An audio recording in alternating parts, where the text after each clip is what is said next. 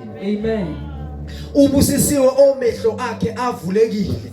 Wabona ukuthi nangempela isiphambano sangisindisa. Amen. uKristu esiphambanweni wayefela mina.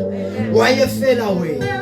Lithi iBhayibheli wathi mayevuswa kwaba ukulunga kimi.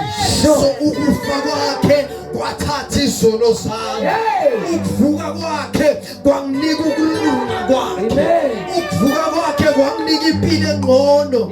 Ukuvuka kwakhe kwanginika impilo engenaqala.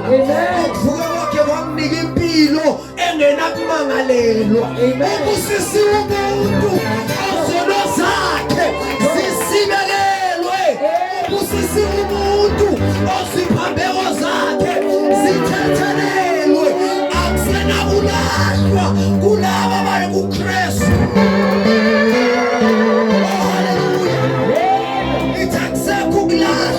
Kulaba bakuKristu ukufa kwakhe kwasibela izono zami. Ukuvuka kwakhe kwamemezela ukulunga kwami. Bayakubuka ukuthi wena ungolungileyo. Bakakubuka ukuthi wena ungolungileyo. Kumkhuba wabantu ukukukhumbuza ukuthi izolo wenzeni. Uthi mawuphinda namuhla athi izolo wenzile.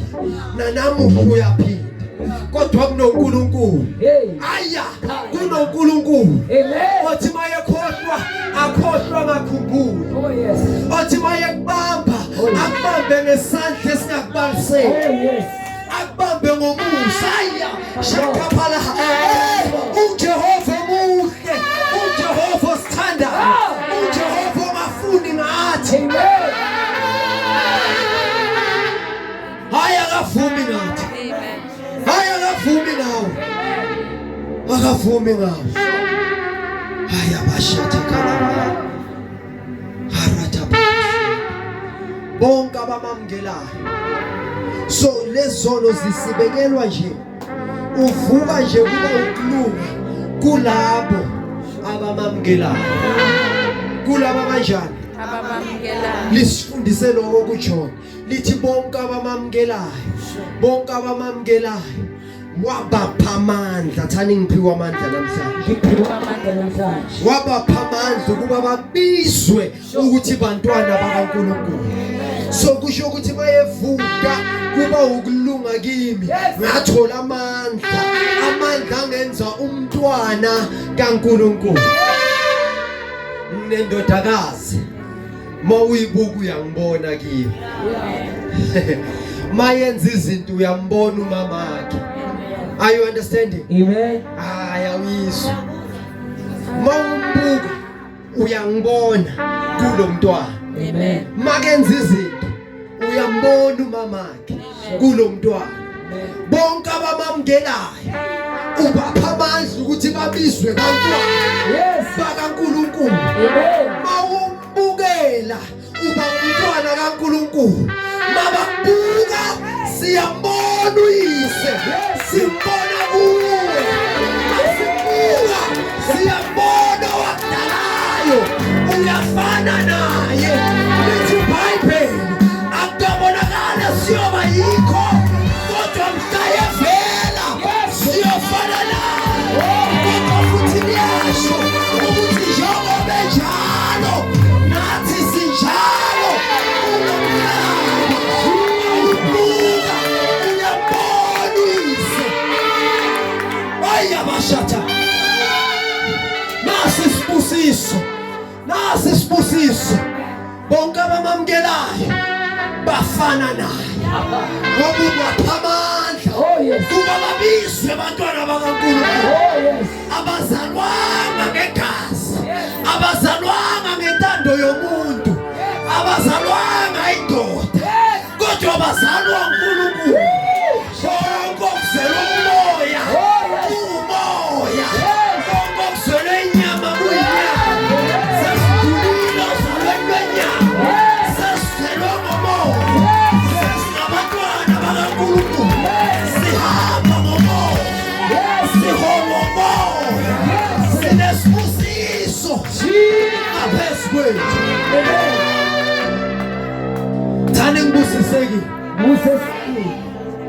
Kapha yashathana.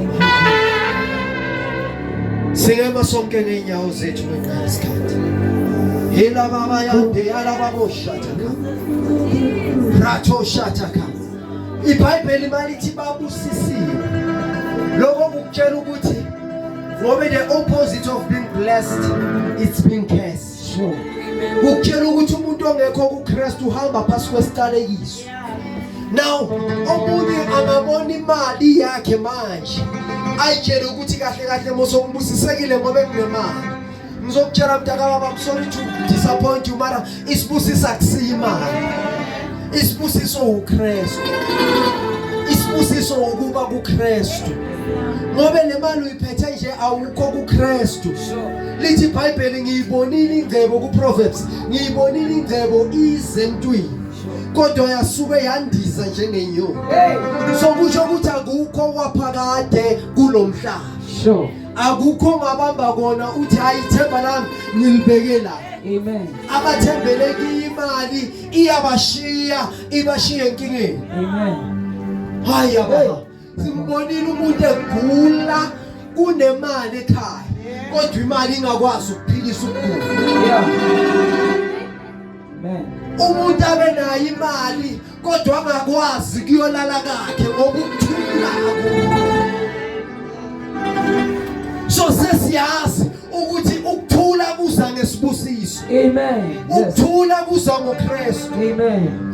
Basebenzi uzomemezela ukuthi akusike ukuhlakanipha ukuthi ungaba sendaweni enesibusiso uphuma ungasamkelanga isibusiso. Amen. Akusike ukuhlakanipha ukuthi isandla sikaJehova sesiluliwe esuyasiyeka futhi.